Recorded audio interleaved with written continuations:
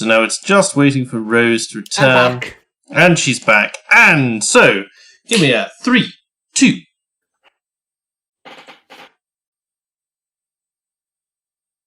Good evening, ladies and gentlemen. Welcome, Merry Christmas, and welcome to another episode of Fake Accents Unite. I'm joined this evening by a bit of a returning panel. I'm joined by the very Germanic Britisher. Good evening, sir.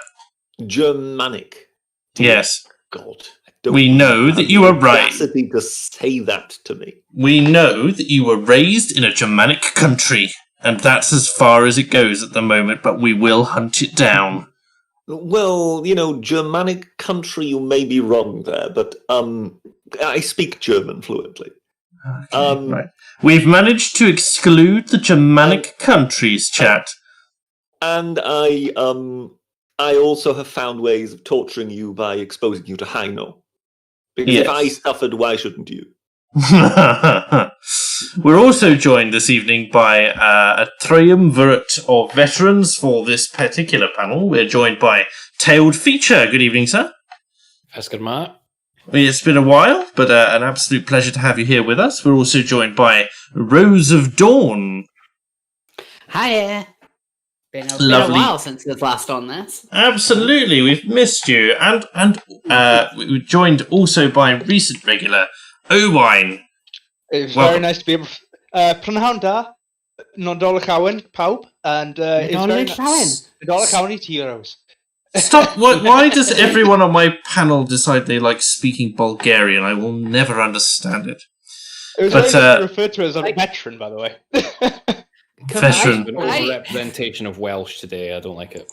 Can I just point out that the good, the benign influence I have on you, not so obvious, has just shown... Benign? Benign? With you referring to a triumvirate of guests beside me. Yes. Well, I just thought that it was a special occasion and I should use my special vocabulary. That's what There's no Roman connection there whatsoever, of course. So of course not. Why would that and move on? Why would I ever do that? Well, I thought it was going to be about the Bulgarian, to be honest. Yes, so did I initially. Sorry, I'm just working out how to get this one particular thing about what's it up. And yes. So there we go. Sorry. But no, I'm present once again. But no, clearly I wouldn't have drawn a Roman connection, Britisher. As you know, I keep myself deliberately uninformed on such things so that you can provide the anecdotes and the stories and the history perspective that this show clearly lacks. You're asking a little bit too much of me if you want me to start talking about the triumvirates. Moving on, quick, move on. We've discovered a glitch in the Matrix, ladies and gentlemen. We've discovered a topic the Britisher cannot wax lyrical on, related to the Romans. It would take too many hours, my friend. It would take too many hours. I think we've got too many hours to get... No, this is a Christmas episode, not a waxing lyrical about the Romans episode. We have already the been... first Christmas did have Romans in it. Yes, they were the bad guys, but it did. Are we the baddies? They were saying, as they said, although they probably said it in Latin. So... since Gowan has chimed in, and obviously we have missed an episode last week. Unfortunately, I was just swamped with work. I have produced 2 documents in the realm of 5,000 words this week, so I was somewhat shattered, but that's a humble brag for another time. And thankfully, here now, home, visiting family, because I managed to get out of the city before the Tier 4 lockdowns came into, but that is discussion for later. So Scowen has chimed in and says, for $5, thank you so much, Scowen, there once was a young little boy who grew up to be a tin soldier toy. The toy sadly broke, and so did the clock tower stroke. That's why he's always late, now by seconds, 3,038,096.8. So thanks for that, Scowen. And very festively constructed super chats there. Always appreciated. Let me see what we've got here. Any issues with the audio, by the way? I am curious because I am unfortunately using a stock microphone this weekend. This week. It's coming through fine for me. I can hear you. I hope so. It's just about the levels for everyone else on who are listening along. Some stuff. But there we go. But yes, how are you all finding? How are you all finding things? Has Christmas come early, or are your Christmas plans disrupted? I'm trying to get a feel for what kinds of Christmas traditions permeate my friends across the globe. Well, like, my Christmas is very nearly cancelled, thanks to Boris Johnson and Matt Hancock and all of them. And Mr. Drakeford.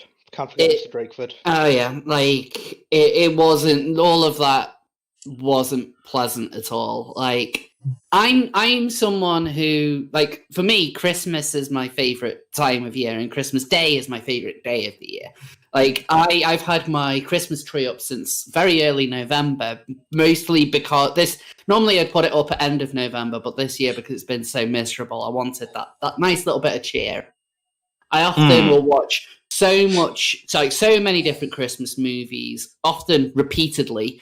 Muppet Christmas Carol, the Santa Claus, Arthur Christmas, Santa Buddies, like the real classics. Yeah. Things like Die Hard. Home Alone? How many times have I watched what? Home Alone. I've only watched Home Alone 1 and 2 once so far. I do need to watch...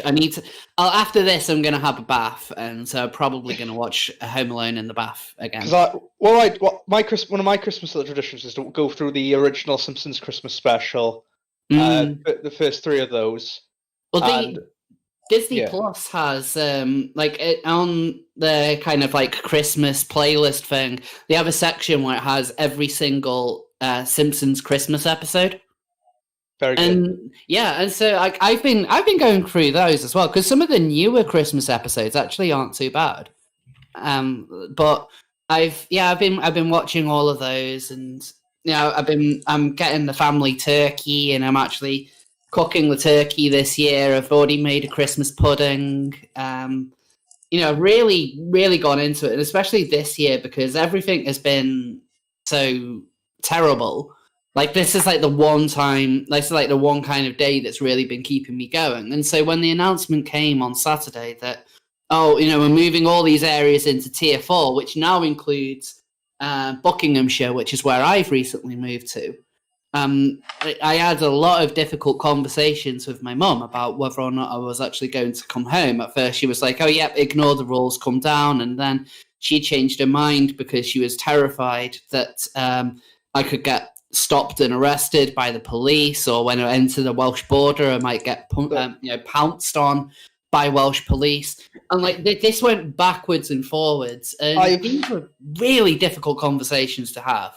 Like, I have a similar issue where I have mate coming down from Manchester for spend Christmas with me. So yeah, like these are not conversations we should be having in a civilized society. We should not be scared of meeting up for Christmas, which is a day more than any to be with the people that you love.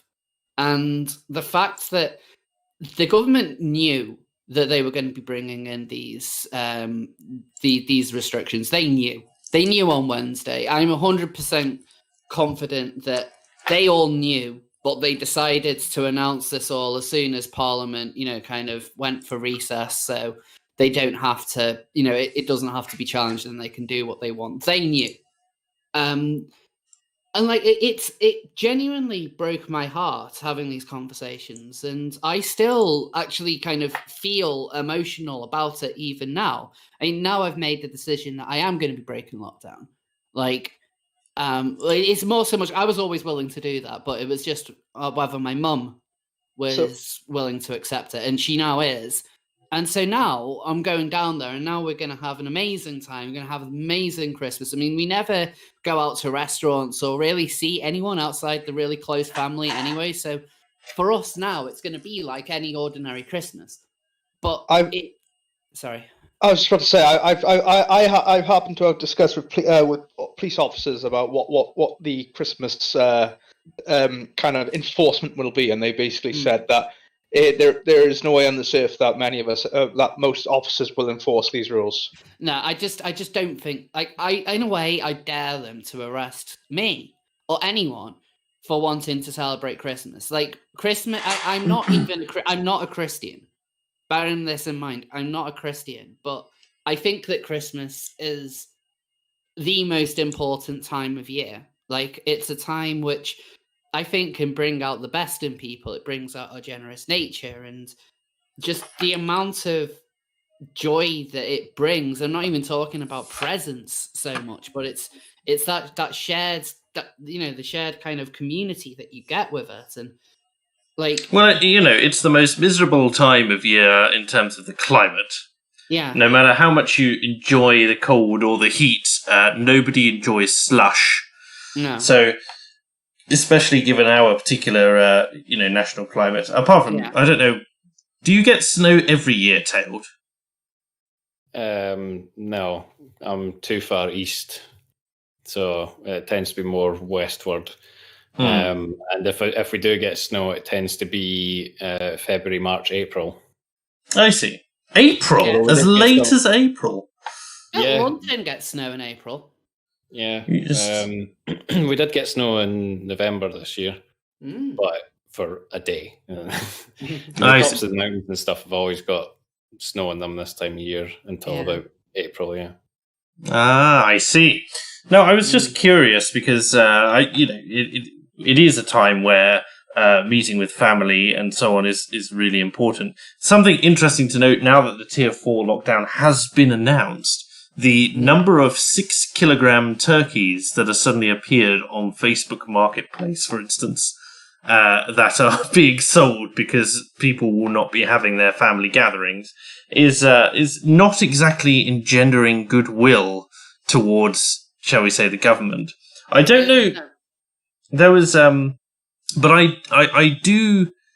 I've seen skepticism from several other people who have talked about how they don't understand why so many of the population appear to be in favour of this. YouGov, for instance, released a snap poll in the last day or so, which said 74% of people support the lockdown, and over half are in favour of effectively the creation of Tier 5, right? And that seems a little bit mad, but I've been speaking to some people. Obviously, I've escaped London. I'm currently staying with my parents, and my folks, for instance, are really. I mean, both my folks are vulnerable, so we have to take that into account as well. But they are sitting there and they're going. They're quite fairly low information about the whole thing, but they trust that there's a plan and that smart people are trying to figure out a way to get through this.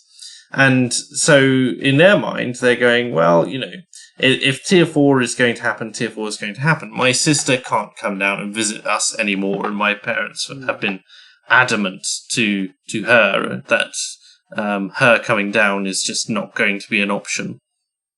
Also, I think the way that this will be enforced will just be in terms of statutory fines, and I think that the people who are going to get caught by this are effectively going to get caught, sort of like a speed camera, effectively. So they'll pull people over just randomly, people who are driving. They'll ask them for a reason if they're there, and it'll be primarily on the border between counties, etc. Or wherever these things go. I know my grandfather is on the border. In one field is Tier 2, the next one over is Tier 4. But this is a huge issue. I do not know. I just don't see why this is happening when we are nowhere near capacity.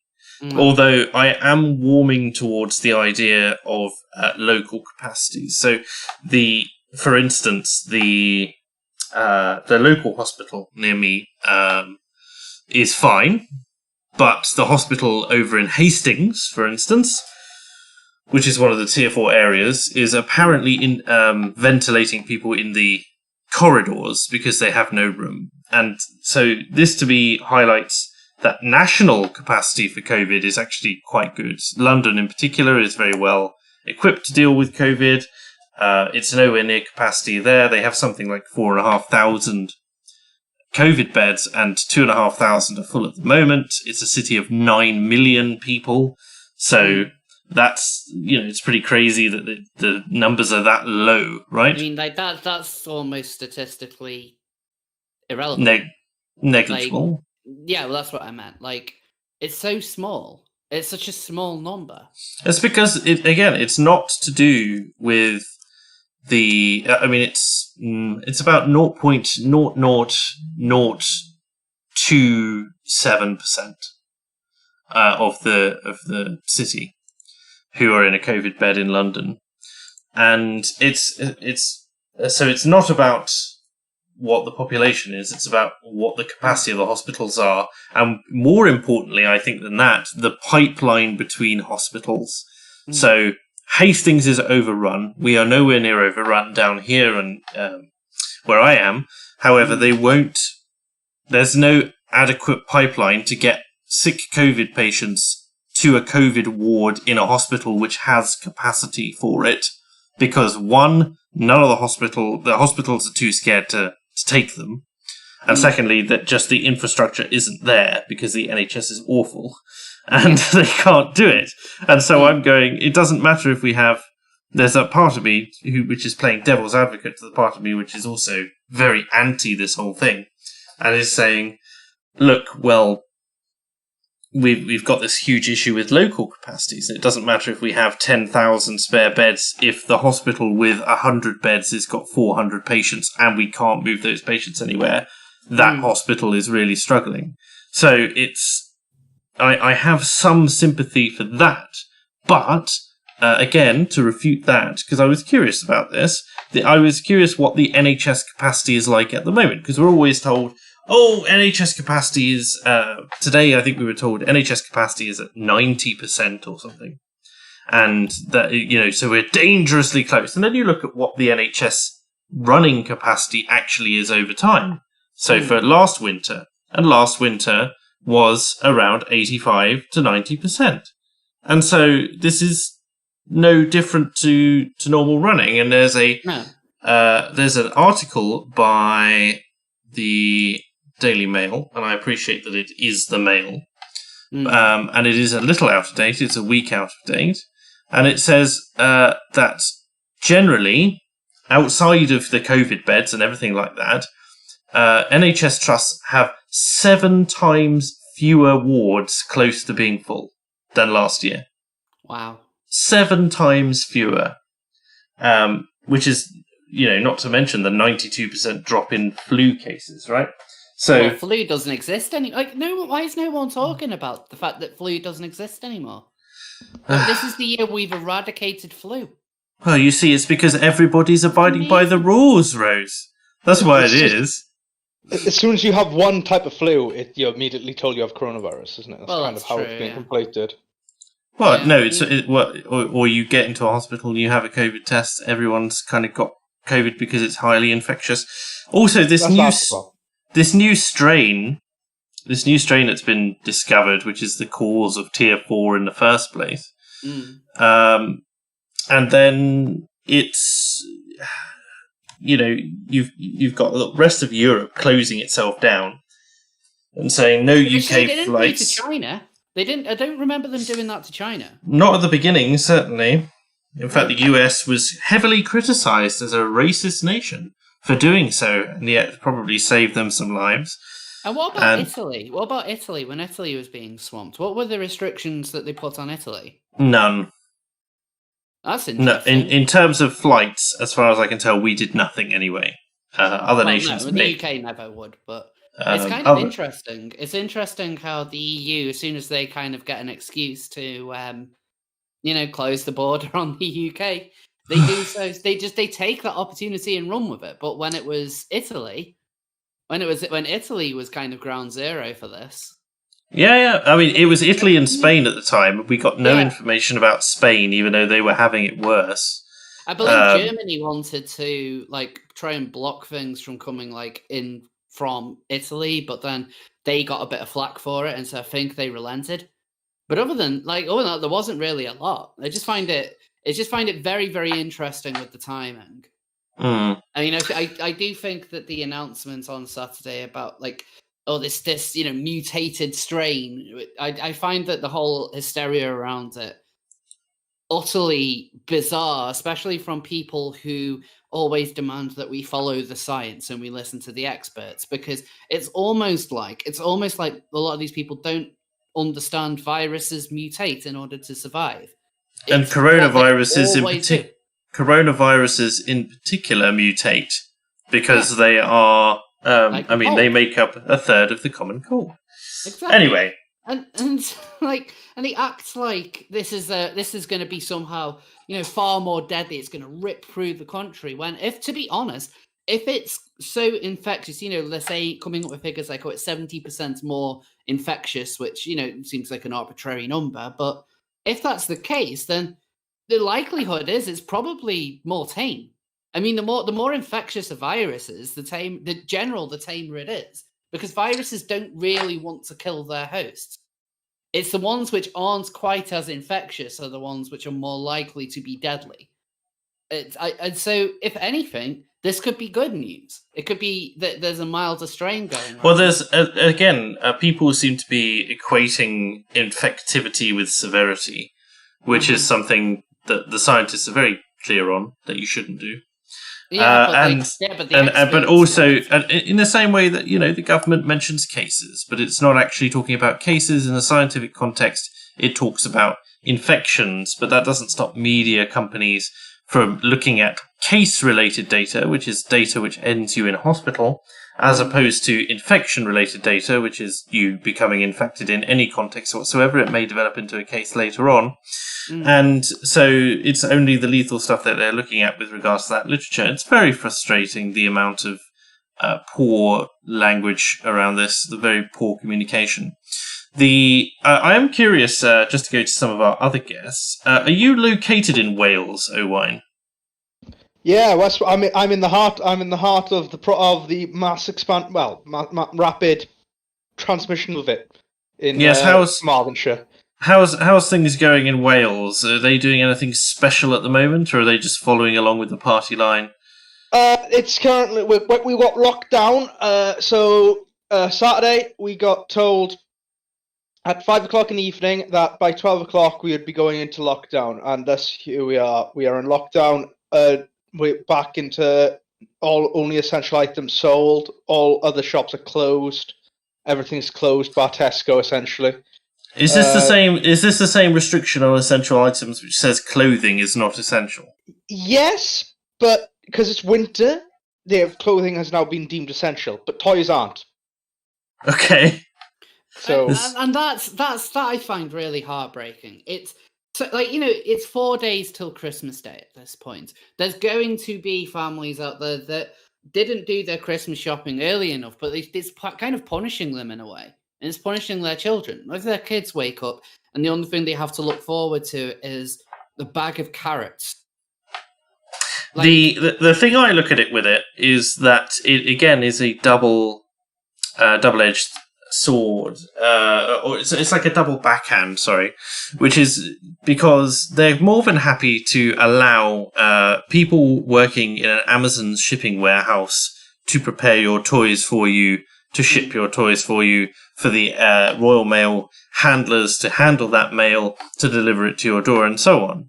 What they're not happy to do is to have those toys shipped directly to either a specialty store or a supermarket, for you to then go into that store and pick it up off the shelf yourself, having had it gone through exactly the same number of hands, and depending on where it is, being exposed to exactly the same amount of coof that's potentially out there, right? So I find that particularly disturbing, although hearteningly in my area, I haven't seen a particular lessening of people out and about yet, although this area still is. The amount of people walking outside is quite wild. Like the town, even though there's a lot of growth in the virus going on right now. to the point where it is noticeable. I know I in the first wave I didn't know anybody who caught it, and now in this wave I know quite a lot of people. But the town has been absolutely rammed. Like the amount of people who were who had been shopping outside or trying to basically take their mind off everything by going outside. It's quite wild. It's winter, and you see more people on the street than you ever would in a normal winter. So, yeah, I've got this this walk near me, this trail that used to be an old railway line, and I went down there yesterday. And it's the busiest I've ever seen it. The number of people getting out and about in nature because there's nothing else to do. There's no one else to see. There's nothing. And TV is terrible. Oh, that's great. That's which really is good. Well, it is. But again, it highlights to me again that the that the measures are effectively irrelevant because people find a way to do things where they inevitably end up mixing, regardless of what you do, unless you literally nail everybody into their own home. The amount of shed bars that now exist. Oh yeah, there's secret bars all the time. If I walk past a house and I see a sign for the toilet, I know that it's a secret bar in that side of things. We're going back to 1920s Prohibition America. Yeah. So we got a shed bar as well at my house. That's where my parents are right now. they're in the bar together. That's awesome. Yeah, that'll be Christmas. That's Christmas Eve and Christmas Day sorted. Also, when I was in my area in London, they removed all of the benches in the public spaces, which meant that the only places for people to sit were along the walls, or that were just surrounding these areas, and so people did. And so instead of people, kind of harmoniously separated across in their different benches, everybody was crammed up against each other, eating their food or having a smoke or whatever it was, sitting on these walls. And again, it's so many self-defeating policies. It really does make you think. Okay, I'm going to go through a few super chats now, catch us up to date, and then I think we'll go into some happier talk. I want to know what sort of things that we get up. What are our happy Christmas? I mean, this is Christmas, guys. We need What are our Christmas things? But we're stay in the misery for now, Rose, because we got some chats coming up. Here we go. EC90 says, how radicalised do you think this government has made the British people? I have gone from tacit support of Boris Johnson to wishing to throw him in the Thames. Comments from the panel. I'm in exactly the same position. I have never hated politicians as much as I thoroughly detest Boris Johnson and Matt Hancock. I honestly can't recall anyone in politics I have felt such real visceral disdain for their entire existence. Like this time last year, I was celebrating a Conservative win, as I'm sure a lot of people on this panel were.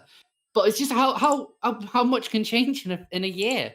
Like now, I'm on full on just want the Tory party to be absolutely dismantled, brick by brick and yard by yard. I want them gone. I want to see Boris fail on Brexit because I think that there's a lot of Tory supporters that are forgiving everything that the Conservatives are doing with COVID simply because so long as Boris does a no-deal Brexit, everything will be fine. That's what they want. I really, really don't want him to deliver on that because at this point, I'm a full-on exhilarationist.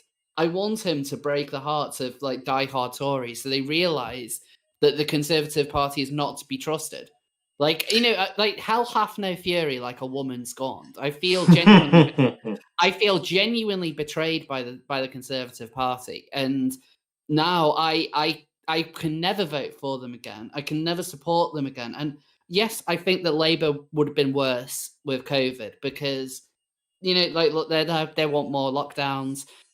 The likes of McDonnell would have used this as a golden opportunity to try and nationalise as much as they could, which would be absolutely disastrous. But we would know that they would do that anyway because they're socialists. With Boris Johnson and the Conservatives, I would never have expected them to act in this way. I genuinely wouldn't.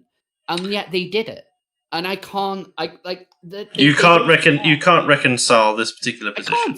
I can't. Thank you, Ruse. Sorry, just I want to get around the whole panel as we go. We can rant and rave as we go along, and rightly so. Britisher, any thoughts on this one? How do you think? How are people reacting around where you are, and how are you yourself reacting to this side of things? Well, I mean, to those people that I have bumped into, they're very much the same camp as I am. One takes it rather stoically and just goes, "Oh well, we'll muddle through somehow." Yeah. But no, I don't detect sort of any visceral hatred towards Boris Johnson, nor do I really feel any. No. The only okay, British position has been made clear. Anything from Scotland, Tailed? Fuck the Tories. Demonetized. Thank you for that one, Tail. I presume that's just the prevailing narrative up there. Anyway, and Owain. Yeah. And Owain in Wales. What's the attitude towards this lockdown? Because Wales has been hit pretty hard by it all in general, haven't they? It's more focused on the Welsh Assembly than it is anything else down this series. Yeah, there is a mass amount of hatred growing for Cardiff Bay right now. Let's just say that. A full abolition movement is growing.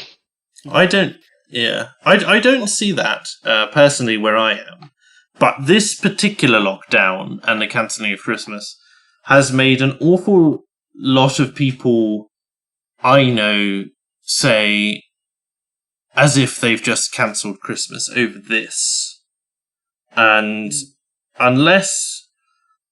even if people have direct experience of someone who has died with COVID or someone who has caught COVID and has had a nasty dose of it, I don't see that kind of fanaticism. In fact, the fanaticism I see comes from two types of people. First, the left who hate the Tories anyway and are demanding that everything be harsher, and as the world is not perfect, we should be aspiring to that more. And similarly, as well, from the NHS adjacent. So people who either work for NHS trusts, typically in admin positions, some nurses, although they seem pretty split, or the family members, primarily, I have to say a lot of women that I see who are, the wives of doctors or, have a connection, and care workers. So those people I seem to see as like majorly on board with everything, excluding obviously the students who are massively on board in general because they don't understand the way the world works. But those primary demographics are the kinds of people I see who are really on board. And on the other hand, I see people, primarily those who are employed in either the gig economy, were trying to sort out their own business, or were trying to start their own, or planning to start their own business, and people whose particular industries have been hard hit. So anyone outside of the essential services, they are all mulling it over with some discontent. And but I will say, as a caveat to that unlike, a kind of revolutionary fire that some might be inferring from that, again, it's just a deep-seated frustration with the system and everything that's going on, and the restrictions to freedom, and the fact that there's no way out, especially for the young people who are working. So the young people who are working, who are going, I might just have taken this year as an opportunity to use my savings up and go travelling. I might have used this year as the opportunity to start my business and grow my business. I could have, even gone to work in another country. And now looking at that and going, every single time it's more unlikely. We're being called Plague Island, rightly or wrongly, rightly or wrongly that they believe that we are, because it's just a narrative that's spun by the MSM. It's the fact that we are in this kind of position where it feels like we're trapped and there's no way out has become very predominant, I think, especially among those who have lost their work. And I imagine, I don't know any one of the 700,000 who have purportedly been pushed into poverty as a result of this, including nearly 500,000 children, but that I cannot imagine that they are happy with this either. I'm sorry, have I stunned the panel into silence with this? No. Sorry, my mic was on mute. One thing which I found very interesting with the reactions in Wales is, like, a year ago, nobody would ever really talk about the Welsh Assembly. In fact, a lot of people didn't seem to realise it was even a thing. They didn't realise it was in charge of 80% of their lives. Yeah, and now Mark Drakeford has pretty much become a household name. Obviously not in a good way. I'm seeing people, people who I went to school with who aren't really all that politically connected, and they're cursing Mark Drakeford's name because a lot of them run small businesses, and almost all of them have been impacted in this. One friend who I went to school with, she spent years saving up to open her own beauty salon, and she put in so much work, and it was really, really paying off there. It was actually kind of winning like national awards. It was a real success story. And now, thanks to lockdown after lockdown, I genuinely, my heart breaks for her because I don't even know if her business is going to exist in a couple of months. Well, and she's just had a baby. The self-employed market has contracted by a magnitude which I can't name off the top of my head, unfortunately, but it is in the tens of percent. And sorry, Mike, carry on. I'm just saying that it's these things that even the thing with the recession and the bounce back from the recession that has not been noted is that almost entirely all of the bounce back from the recession has been profits going to businesses which have been allowed to operate in COVID.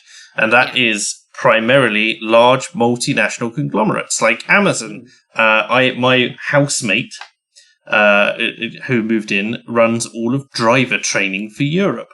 And his profits for this year are up 94% before December because of COVID. And all of that money is money which should have been injected into the local economy, but isn't, and is now funneled across many different projects. And it doesn't really matter what your opinion is on Amazon or not. I just would rather that not everyone worked for Amazon. So it's a very, very difficult position to be in. The economy has contracted massively in very specific areas, and disproportionately so. And I think that's what's going to cause the huge. The problem with the death of the high street is only compounded. It's gone fourfold now. In Wales prior to COVID, it wasn't doing great. It was a slow. It's been a steady decline in Wales for 20 years now. Oddly, about the same years the Welsh Assembly has been around. So it's funny it's funny that just stagnation.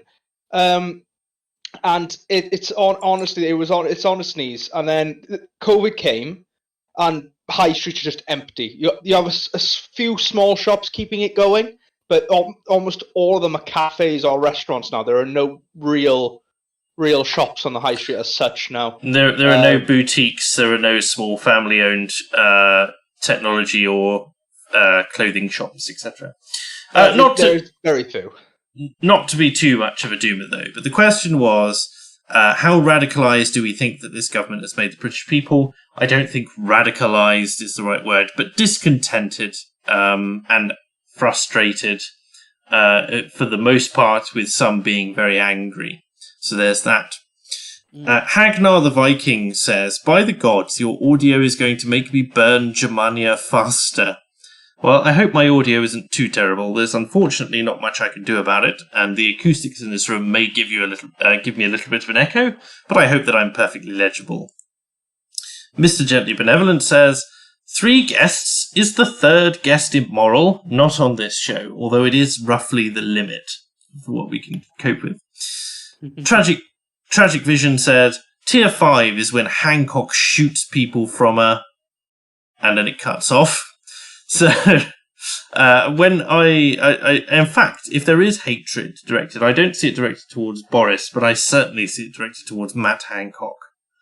Matt Hancock, just for his, not just for his approach, but also his hypocrisy is what people hate him for. So there's that.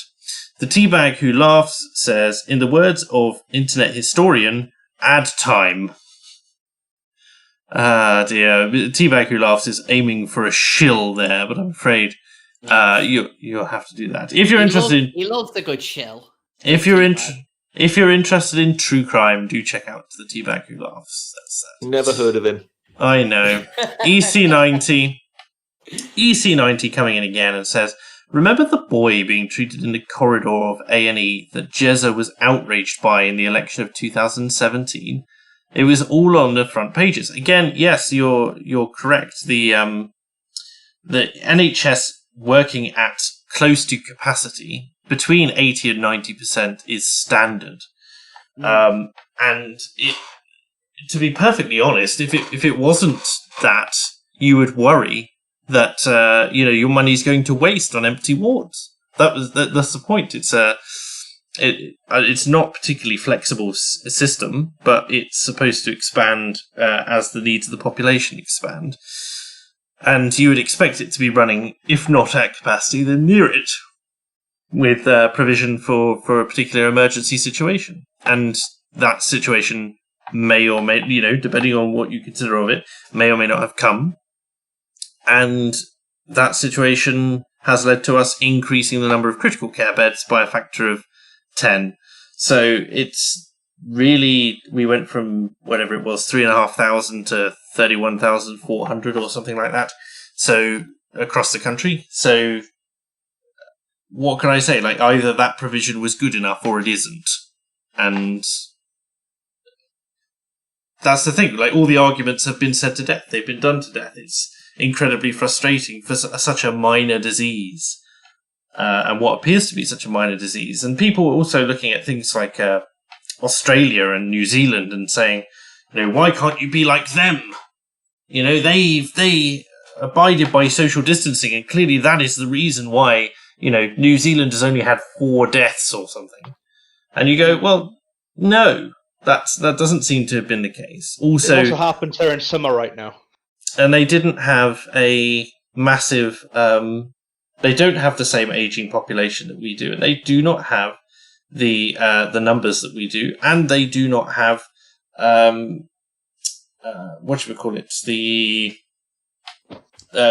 do not have the same stringent measures, the lockdown rules, etc. New Zealand did what you might consider to be the smartest thing, closed its borders for a while, and lo and behold, they didn't really have much issue with it, and that was that.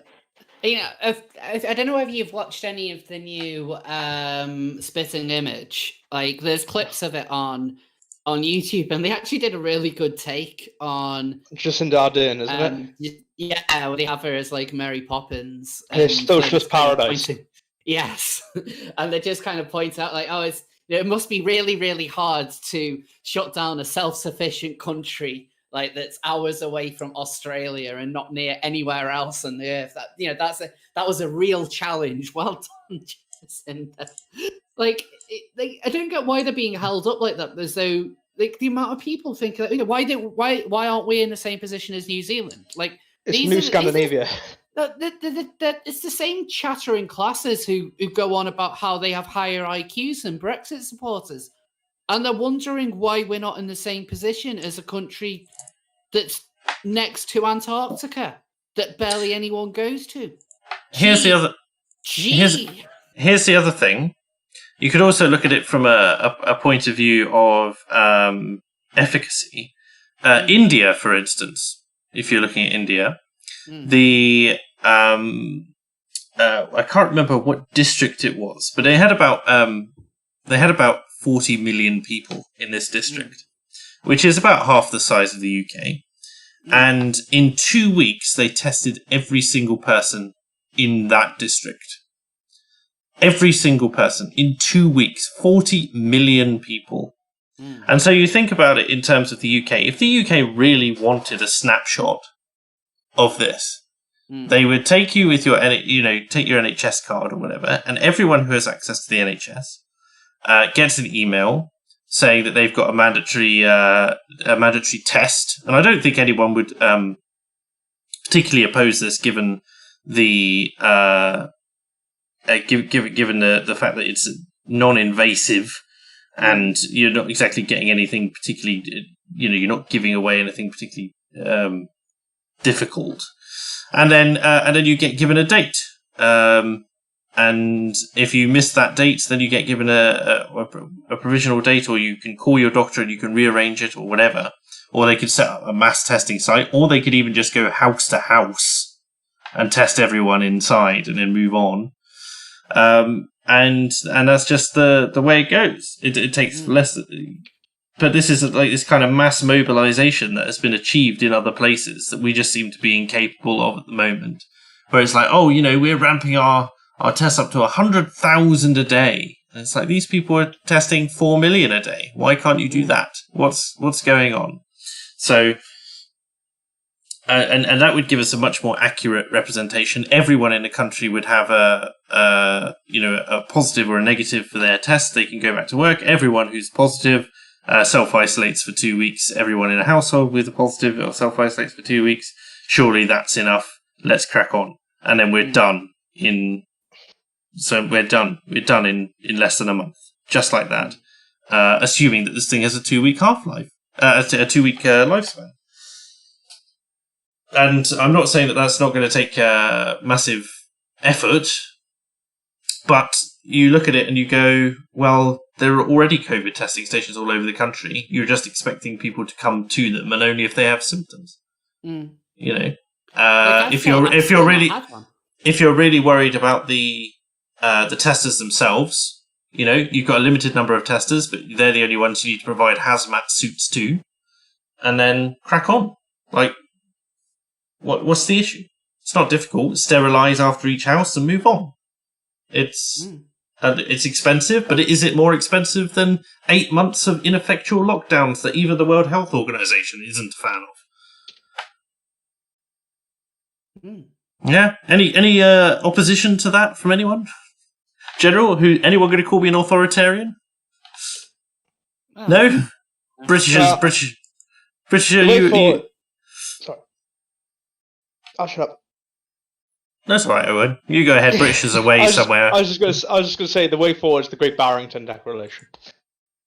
The Great Barrington Declaration. Yes, that's the way. That's the plan we should be adopting. What is it? It's a plan formulated by 150 different virology specialists within the kind of studies of viruses.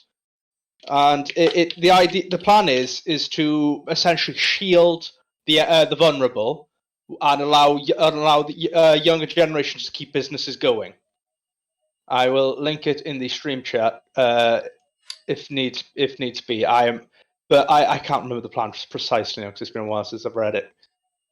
But the idea is essentially to keep a segment of the population basically freeze to allow for a herd immunity to build up with 70% around non-vulnerable people.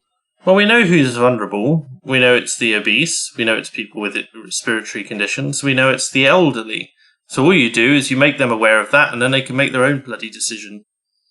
And then everyone else get on with their lives, because the mortality rate for people in my age range is 0.002%. And those people are people with comorbidities. Nobody healthy has died of this common cold flu-like virus. Yeah. They call this a focused protection method.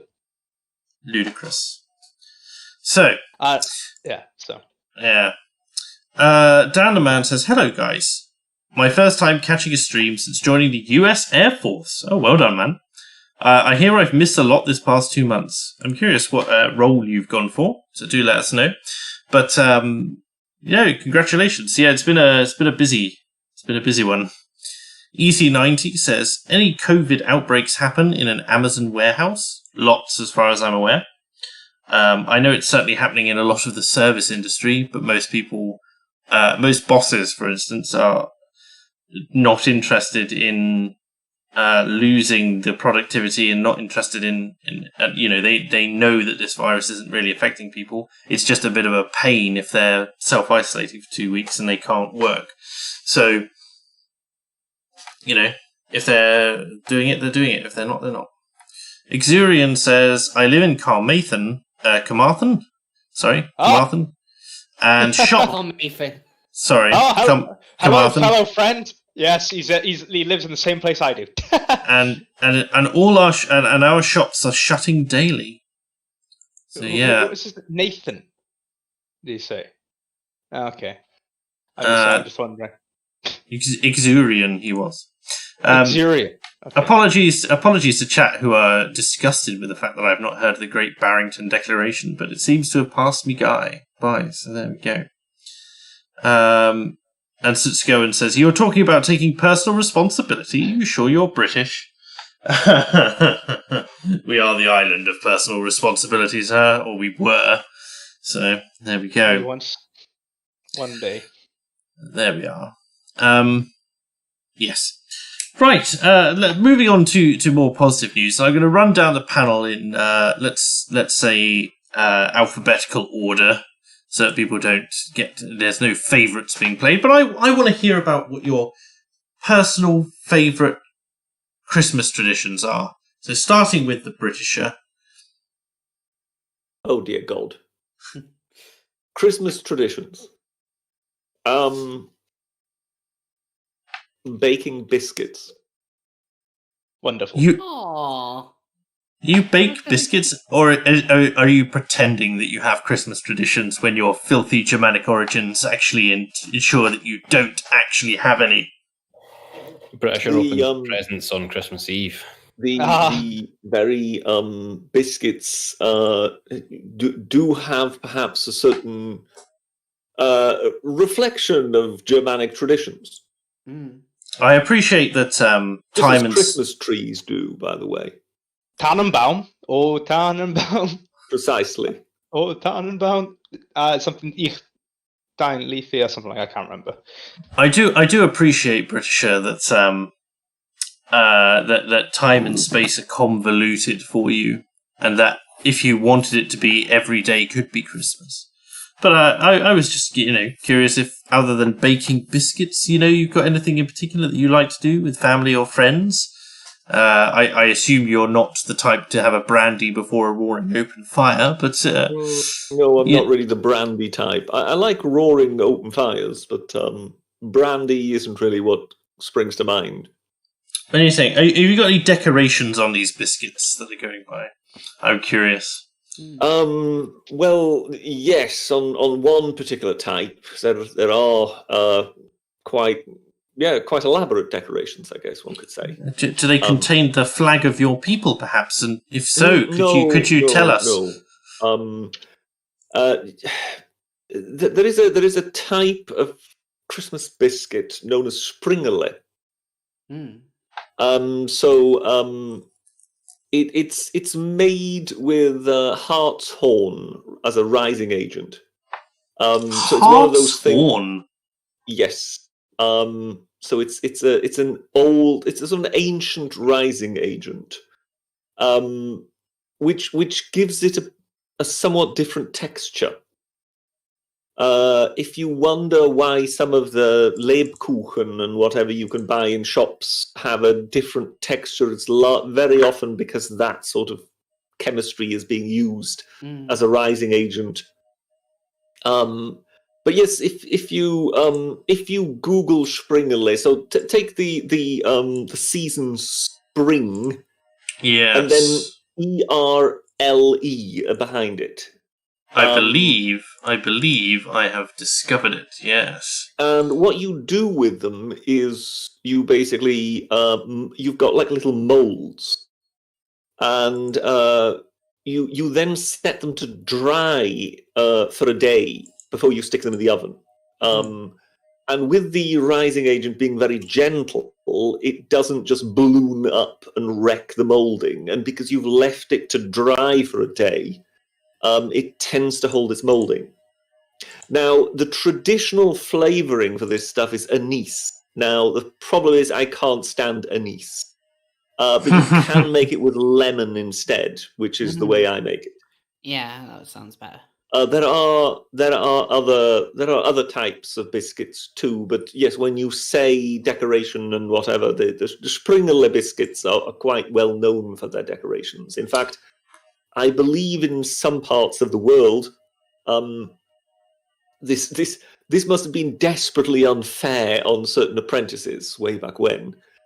So if you wanted to become a baker, you would obviously be expected to know how to bake bread and whatever, but you would also be expected to know how to do these kind of Christmas sort of confectionaries. But part of passing your test was also being able to provide wooden molds that you had carved, which, if you think of it, is desperately unfair because you could be the best baker in the world, but if you're lousy at wood carving, you'd still end up failing. I see. So you had to carve it yourself. You wouldn't be able to. Yes. No, you would have to be able to show that you'd carved some molds yourself. Yes. Wow, and they had to be good molds as well.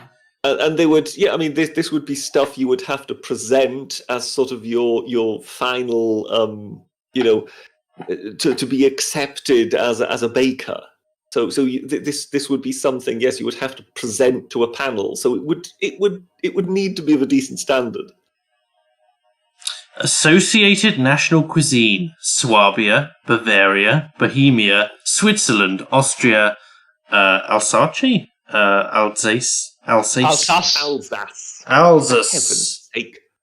I don't know. I've never been there. I just know You've never heard of an Alsatian dog, for example? Yes, Yes. They're French, right? What can I say?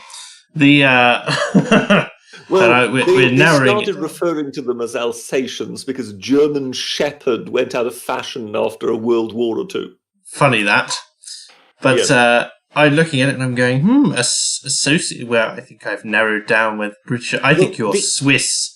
The Alsace is, of course, also responsible for the wonderful word Choucroute. Any idea what that might represent? Chocolate. Choucroute is the French word for sauerkraut. Mm. Because Alsace is very German. And it has constantly switched sides between the Germans and the French. So, obviously, after the last round, it eventually fell to the French. Is this where Strasbourg is? I believe so, yes. So it's one of these places which therefore has a lot of German traditions. So they still eat sauerkraut, but they are now French. I love sauerkraut. So hence one introduced Choucroute into the French language. Like one of my favorite Alsatian foods is tart flambe. Also, I can't even remember what the actual kind of German word for it is, but it's basically a really, really thin pastry that you top with cheese, sour cream, and bacon. And it's kind of like almost kind of like a French German pizza. Yeah, it's really, really tasty. Well, I mean, if you think of it, with France and Germany bordering each other, there was inevitably going to be some sort of mix, isn't there? Yeah, that area has amazing food. Like they do really, really good foie gras as well. But here's a terrifying thought for you, because you know how we're the limeys? Because we took limes when going sailing. There is, of course, also a huge amount of vitamin C in sauerkraut, which is why the Dutch fleet, when it basically was the great thing with De Ruyter as its admiral and whatever, the Dutch fleet was taking sauerkraut to sea. Amazing. I do love sauerkraut, although mainly on a kebab. I have to say. Never had sauerkraut. I've had it once in Poland. It was in some pierogi, which is Polish dumplings. The Poles are big on sauerkraut. Yes. Oh yes, really, and that was tasty. In fact, anything pickled is very much the Polish thing. They have even got They've even got pickle soup that they have as a very common dish. Achavi. So Polish food's great. Don't knock it. No, absolutely not. So my own Christmas traditions, as I am next on the chopping block. So certainly sitting down with family, watching A Muppet's Christmas Carol is mandatory. It has to happen. Do you watch it Christmas Day though? Oh well, we usually would, but unfortunately, with all the Tier 4 things going down, half the family can't be here. So we watched it early this year, and we're planning on the little escapes that we can have as we go along. So we watched it yesterday. We're also we cook our chestnuts in the fire. We have a nice open fire that we light just a few times a year that we do that in. We open our presents. We also do the stockings, and that usually has to happen before 7 a.m. Of everybody congregating in the same room, even though none of us actually normally get up that early in a regular week. It just seems to have been the tradition, I presume, since we were children. And of course, we still do advent calendars. So my parents are doing advent calendars this year. Are they chocolate advent calendars or are they picture ones? There usually is one picture one, and then everyone gets a chocolate one. So that's that. Chocolate ones. Try our chocolate one. Do love that side of things. There's lots of wrapping going on and gift exchanges and all that usual stuff as well. And then obviously big Christmas roast. Some limes, did you say? No, some rhymes. You said you were rapping. Oh no. I spit some mad bars on Christmas Eve, Tails. That's what you need to get from that. Although, as Rose will know, and Britisher as well, having tagged them in it, I was watching the Disney Plus version of the Muppets Christmas Carol. Normally we have it on VHS, but we don't use VHS anymore, and so on. But they cut the song. They cut a song from the cinematic release, which was Ebenezer Scrooge's song about the loss of his love. The loss of his... The love is gone, and... So that song was never in the actual cinematic release. Yeah, no, it wasn't in the actual cinema. It was only put on the VHS, which is the one which you have. But then on DVD and Blu-ray and now Disney Plus, that scene has been missing. But they have actually they found it, haven't they? Yes, they found it, and it's now been fully restored. And it should be on that version should be updated onto Disney Plus, because Disney are aware that song in particular is quite a big cult classic. I went to watch Muppet Christmas Carol with my boyfriend in the cinema last year. We went to a sing-along version of it. Amazing. I just love Muppet Christmas Carol so much. It had to be the sing-along. And just before the start of the film, they had When Love Is Gone on. They actually kind of like put up a clip that they downloaded and just played it on the big screen. So it's such an important song to the plot as well. Yeah. The reason it doesn't feel the same without it, and the reason they claim that they cut it was they thought that they didn't want to make children sad. But I was just like, well, it's so important, and also because A Muppet's Christmas Carol is so accurate to the actual story. If you've read the book, it's actually remarkably accurate. Which in part is thanks to Michael Caine, who said that if he was to play Scrooge, he didn't want it to be a slapstick fest. He wanted to play it straight. So they kept most of it straight. And obviously there's some Muppeting going on, such as Cheeses for Us Mises. But it's all, it's very good. It's a classic because it is an amazing, culturally iconic story, which has been told through a lens with just enough comedy to bring the levity to it, and still retain the soul of the thing. And it's got its scary moments and it's got its heartwarming moments and it's got its tragic moments. And without that tragic moment in the middle with that song, it's just lacking that little bit there. So hoping that gets restored sooner rather than later. But yeah, that's my real set of Christmas traditions. Although if it's icy and it's icy enough, we do like to go sledding down the South Downs or skating on the pond. That's always nice. Any Christmas traditions from you, Owain? Me? Well, there is one massive Christmas tradition because Christmas Day is my birthday.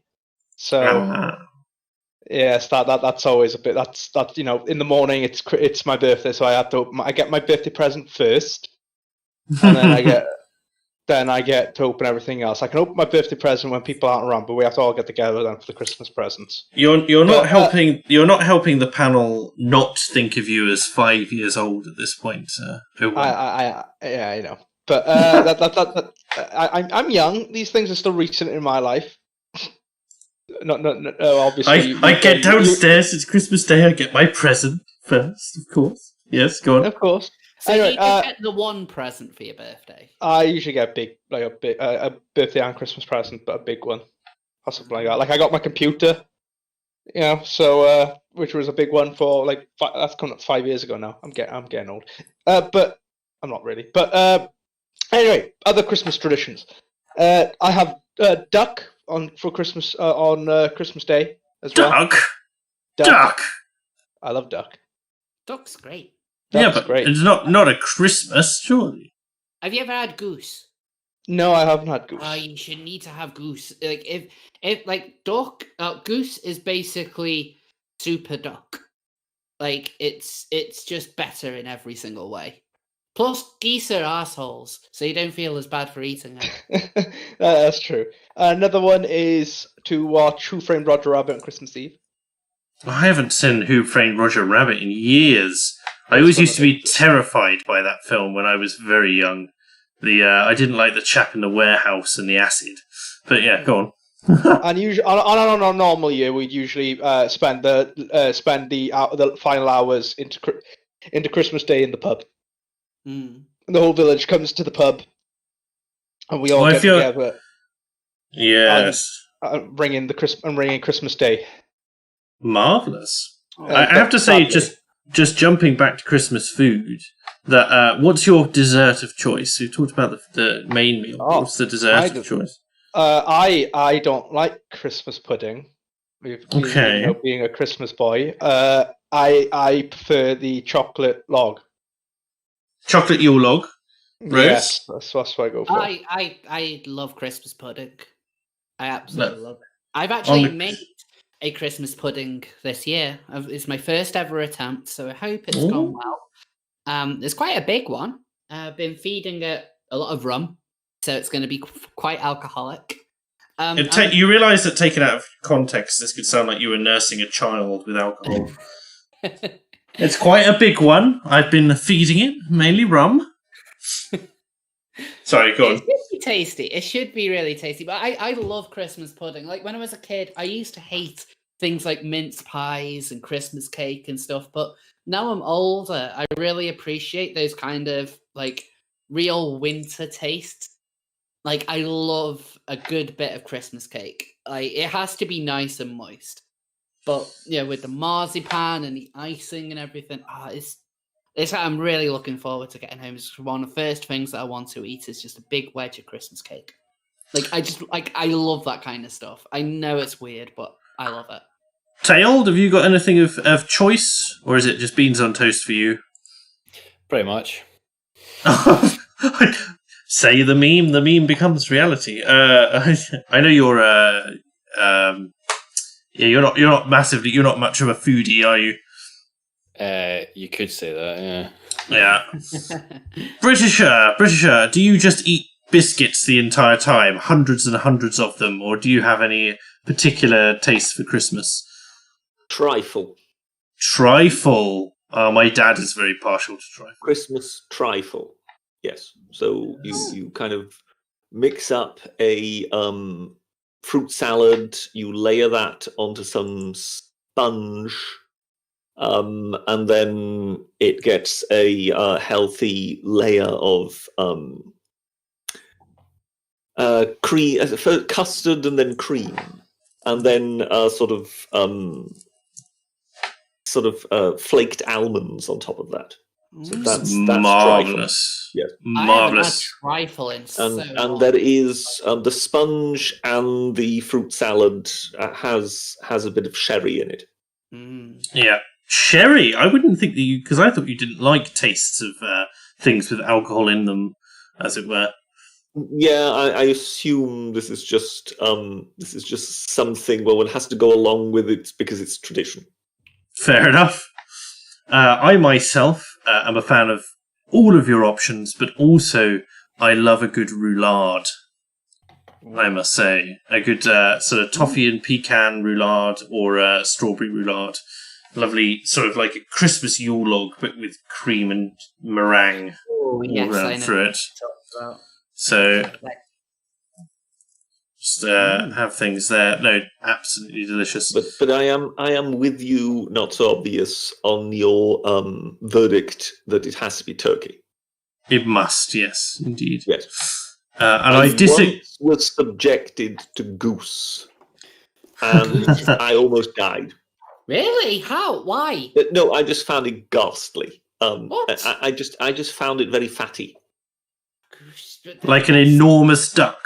So, I don't know. I don't think I've ever had goose, actually, ever. I love goose. Goose is one of my all-time favourite meats.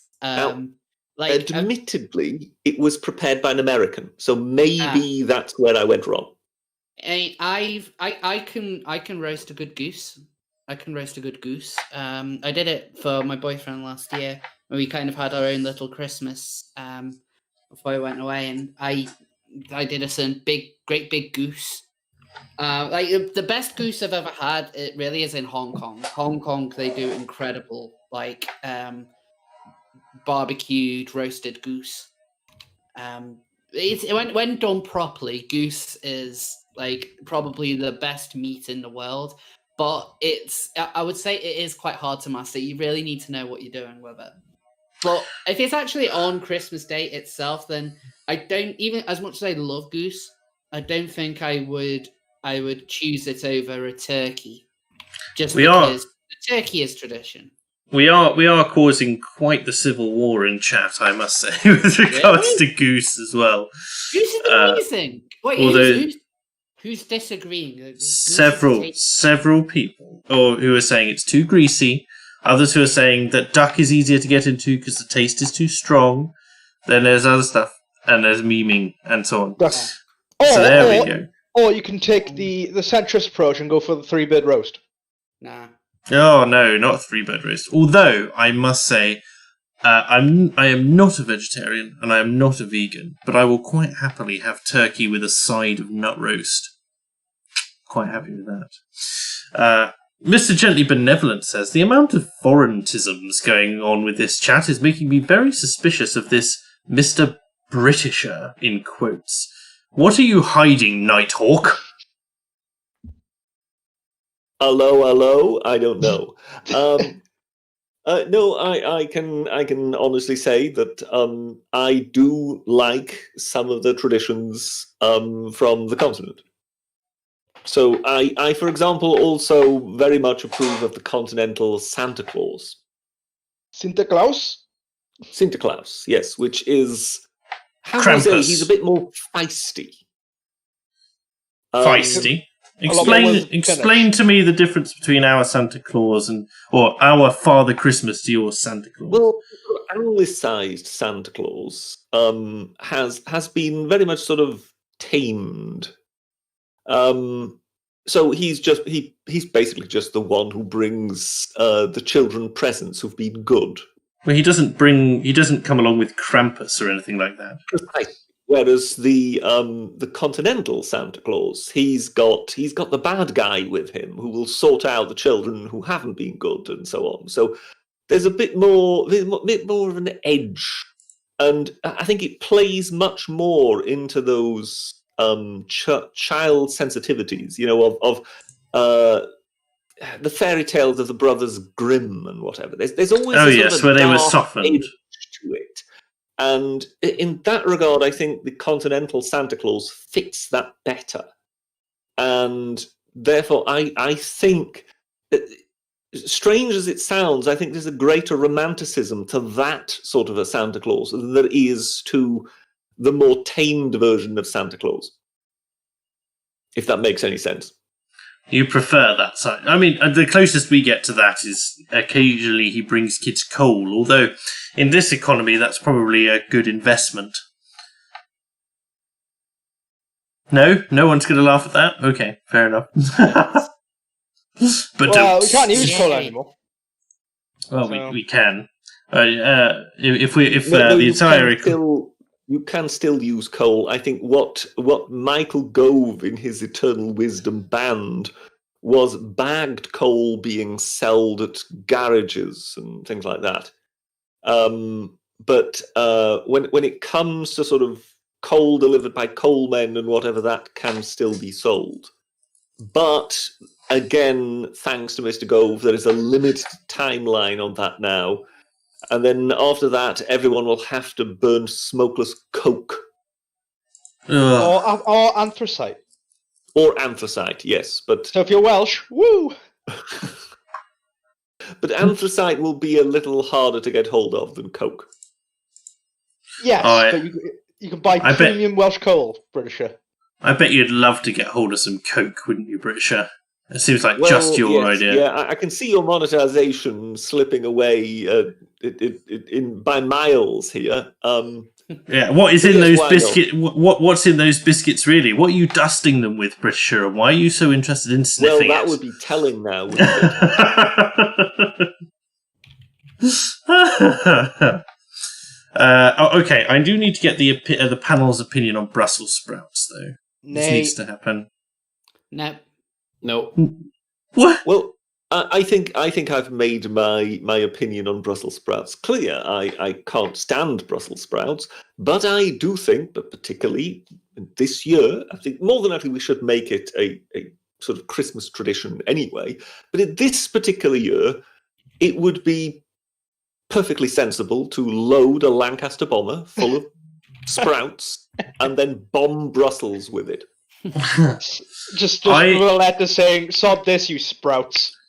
Along those lines, yeah. I usually add sprouts to my meals at least once every couple of weeks, maybe maybe once a week. And I have Yorkshire sprouts, which are the same thing but from Yorkshire. You see, it's weirdos like you that have made the society the mess it is now. I just don't understand what you dislike about them. They're ghastly. They're hideous. Ugh. Okay, they don't look great, but what's wrong with them? Everything. What's wrong with the where flavour? to start?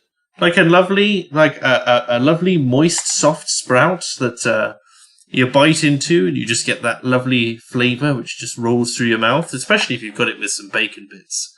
Like, bring it on. Bit of gravy in there as well. Love that. Goes really well with mashed potato. Has the chat started to revolt yet, or there's trying to get over the trauma of listening to this? The chat is now trying to claim that they caused COVID.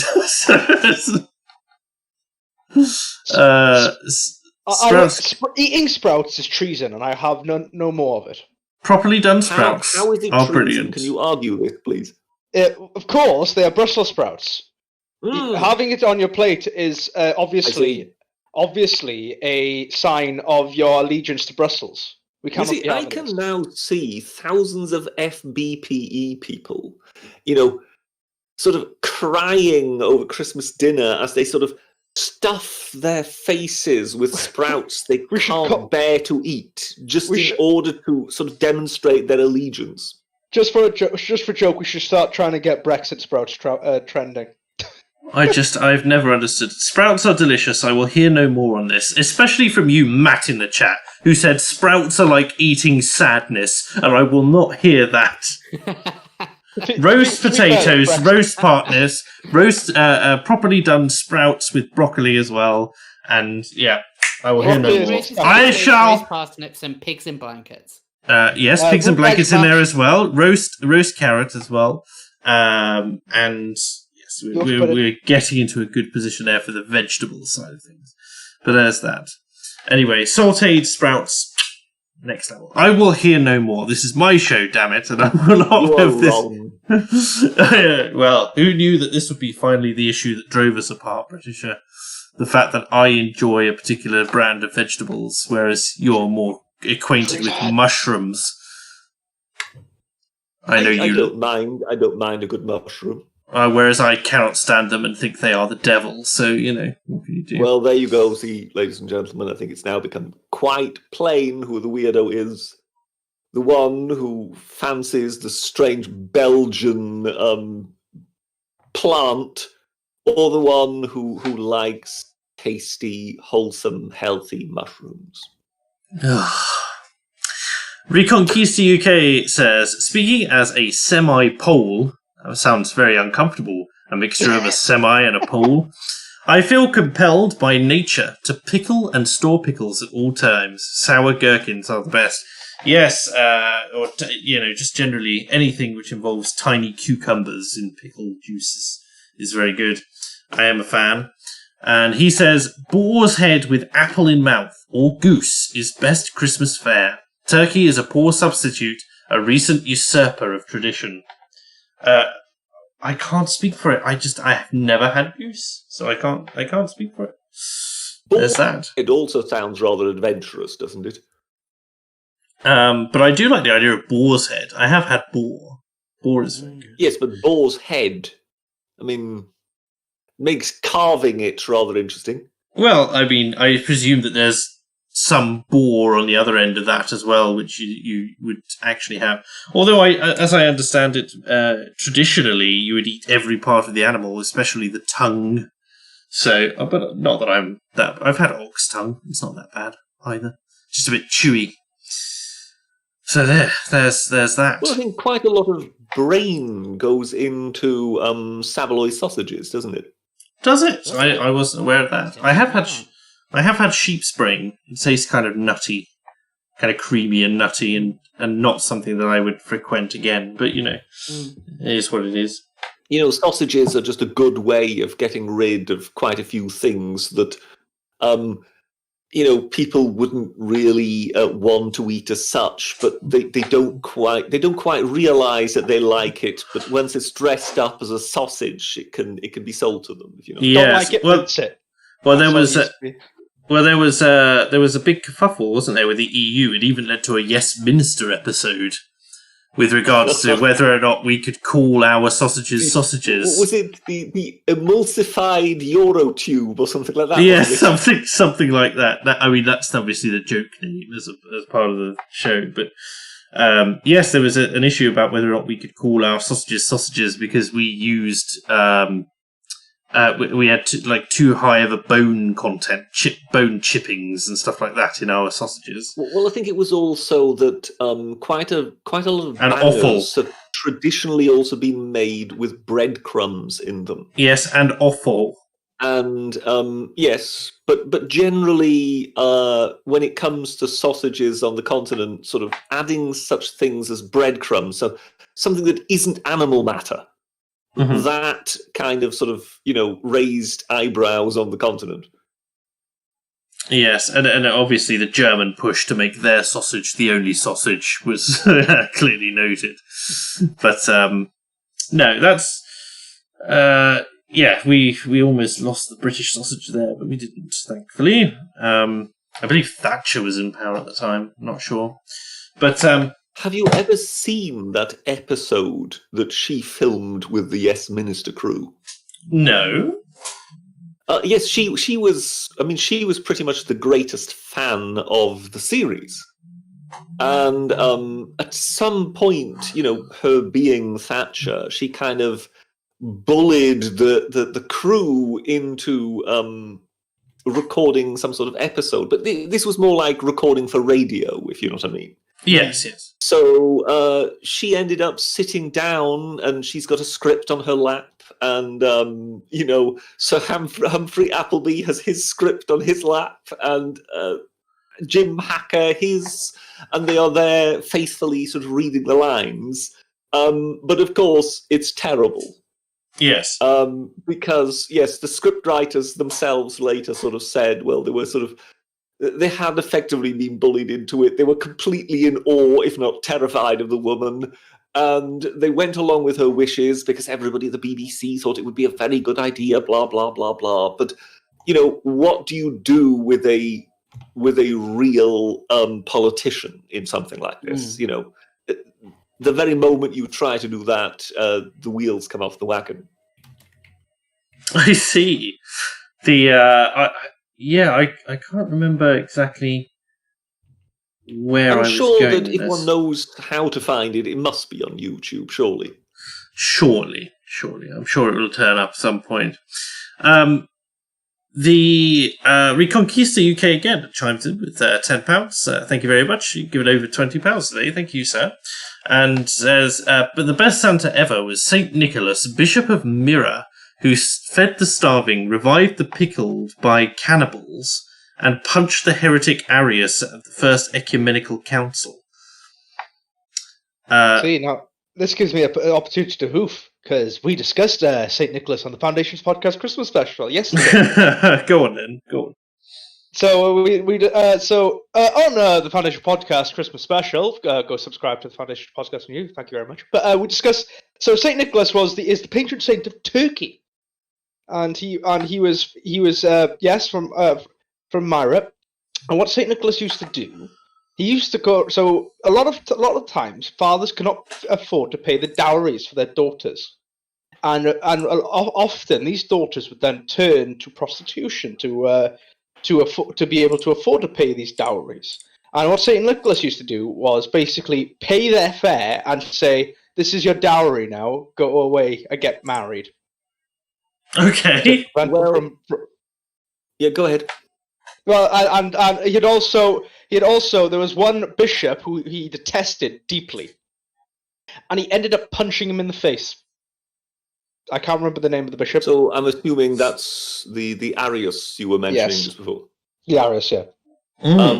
Well, from what I remember, it wasn't the dowry; it was the taxes. That basically Roman emperors by that time had introduced a quite substantial poll tax. So basically, it was the taxes on the daughters I think one couldn't afford, and that's why daughters ended up being prostituted out in order to earn their keep, so to speak.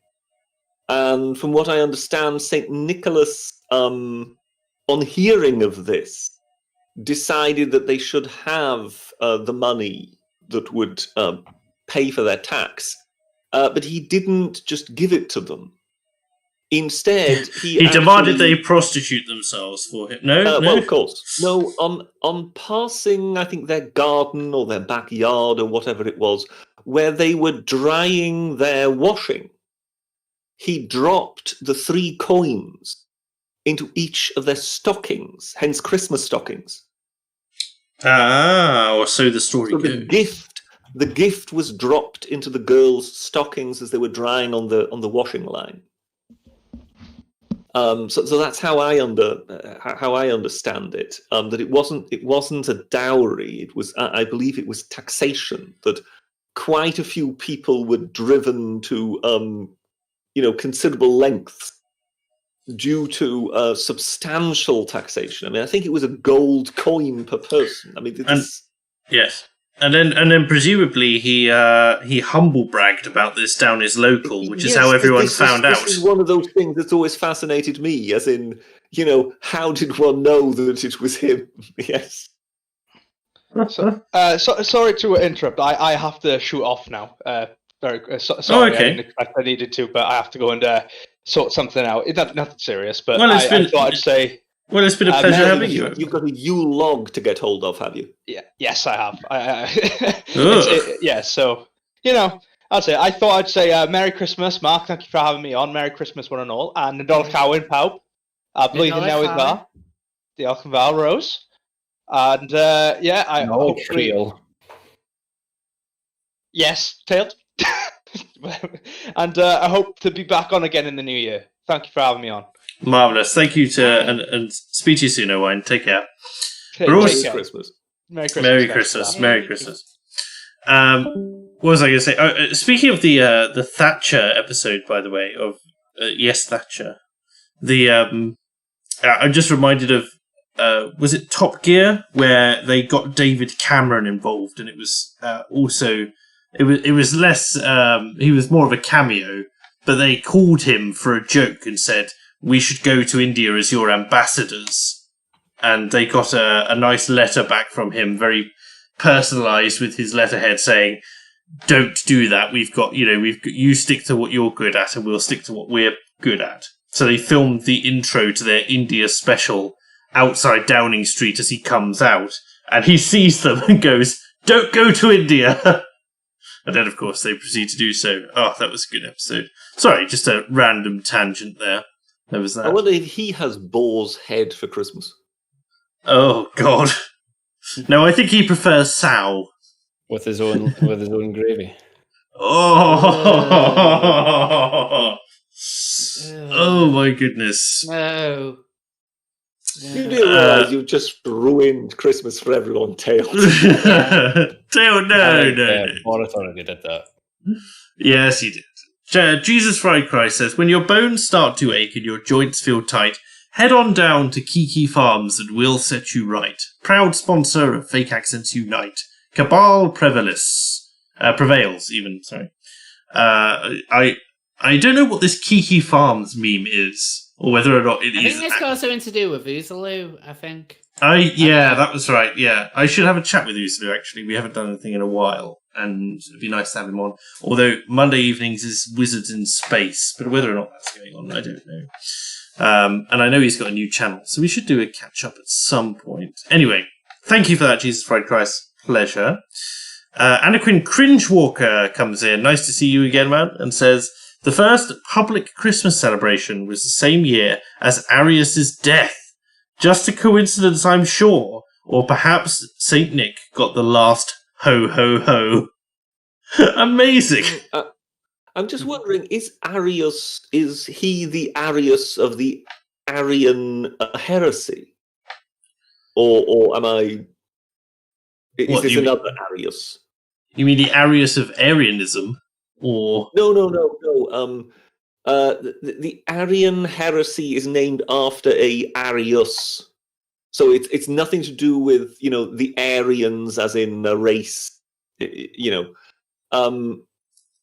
I think the Arian heresy mainly centers around the fact that one believed that Jesus and God were two separate entities, that Jesus was in fact the Son of God, and that therefore there was a time in which there was a God and no Jesus.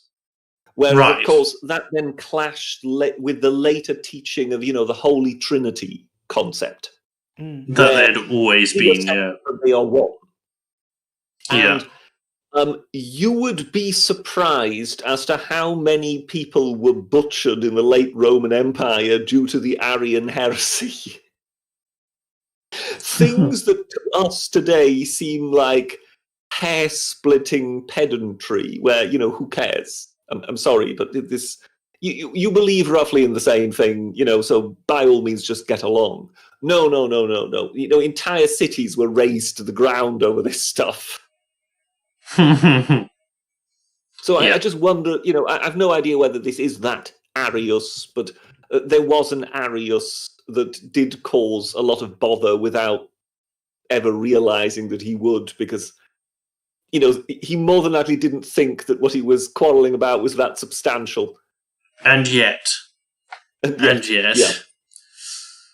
Oh dear. Well, I think it's been a very good Christmas stream, but unfortunately, it seems to be Christmas.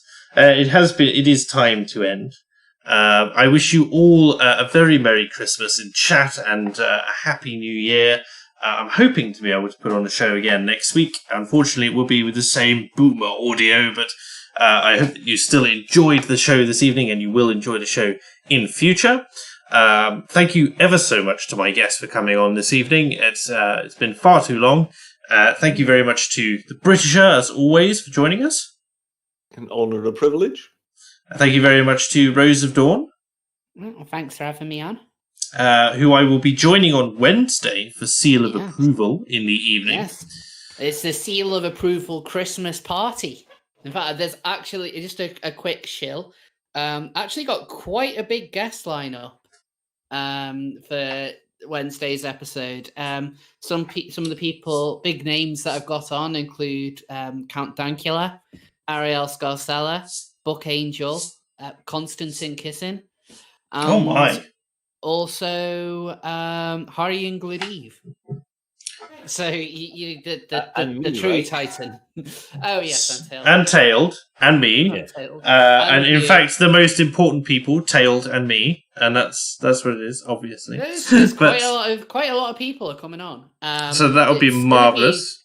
It's a big Christmas bash. So that would be marvellous.